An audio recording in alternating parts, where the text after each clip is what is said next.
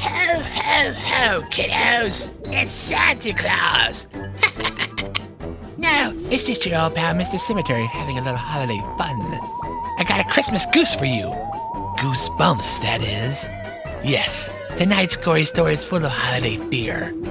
So take a gander at this. It's about a girl who's home all alone on Christmas Eve. I call this one the Fright Before Christmas.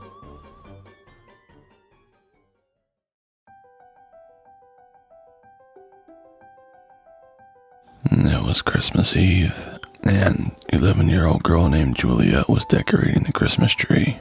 Her mother was working as a nurse at the local hospital, and the two of them lived in a small apartment in the suburbs of Paris. Late that evening, Juliet's mother called to say she would not be home until late that night. Juliet continued to decorate the tree with all the lovely things her mother had bought at the store. She draped some multicolored Christmas lights around the tree and hung beautiful ornaments on the branches. After placing the angel on top of the Christmas tree, she finally finished decorating and sat down to relax and watch TV. Even though she was all alone in the 6th floor apartment, Juliet felt safe as she gazed across the lights of the city. From her window, she could see everything. Most of all the other attendants in the building had gone home to spend the Christmas with relatives in the countryside. The apartment building was almost deserted. Juliet was growing bored waiting for her mother to return. Suddenly, she thought she heard scratching noises at the front door. She turned down the television and listened carefully. There was an eerie silence. Curious, she slowly approached the door and looked through the peephole. To her surprise, she saw a man standing outside, dressed in a red suit with a fluffy white trim.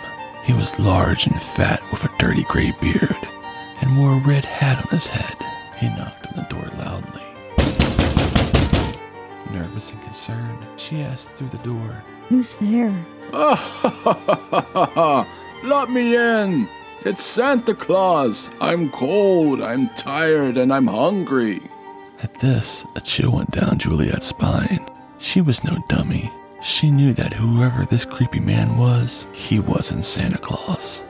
"My mother isn't home right now. Please leave." Peering through the peephole, Juliet watched as the man's eyes filled with anger and his face twisted into a grimace of hate. He began knocking on the door even harder and rattling the doorknob.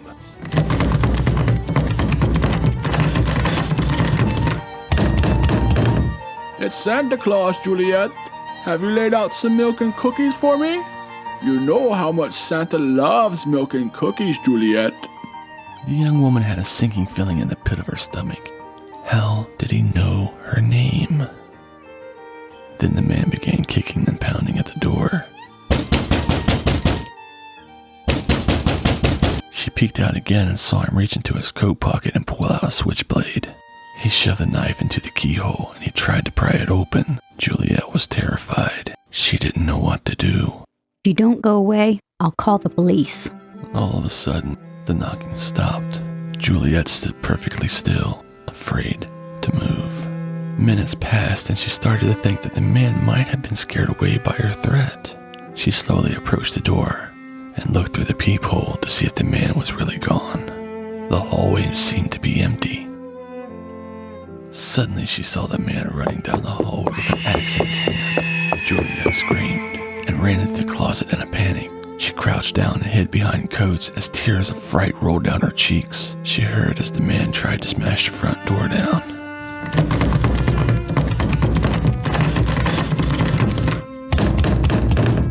There was a mighty crack as the door gave away, and a man came crashing through the splintered wood. Juliet, my pretty. Where are you, Juliet? Don't be afraid. We'll have ourselves some fun tonight. Where are you hiding? The crazed intruder walked around the house, searching for the frightened girl. Juliet curled up in the closet, trembling with fear. She dreaded to think what he had planned to do to her. Suddenly, the handle of the closet moved up and down. Then the door began shaking as she heard the man's voice laughing. I know you're in there. Open up for Santa. Open up before I open you up! The man swung his axe and it stuck in the closet door, with a huge bang tearing into the flimsy wood. Juliet screamed and began crying. She grabbed a wire coat hanger and twisted it into a point.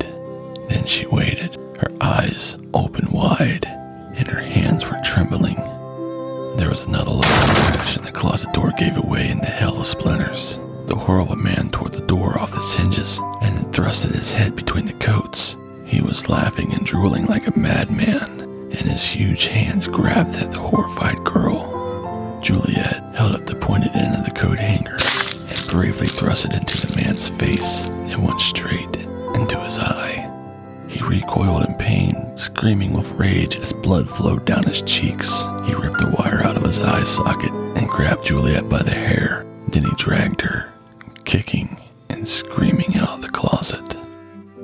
The man pushed her to the ground and held her tightly by the neck, leaning over her. Blood spilled out of his eyes, splattering all over her face. His mouth twisted into a grotesque smile as he whispered in her ear. Tonight you'll be privileged, my lovely Juliet. I've got a list and I've checked it twice to decide if you've been naughty or nice. You can scream and beg for your life, but naughty girls get the axe, and the nice girls get the knife. It was after midnight when Juliet's mother returned home.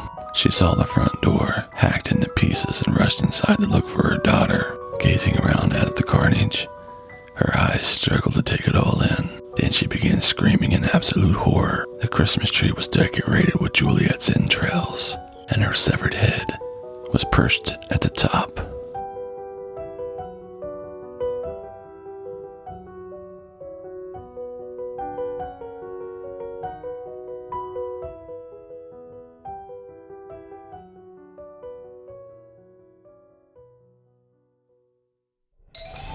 Well, how about that for a scream, eh, kiddos?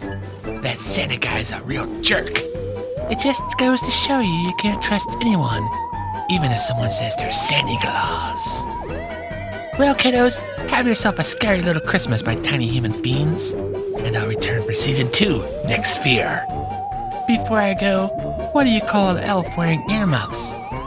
Anything you want, because he can't hear you.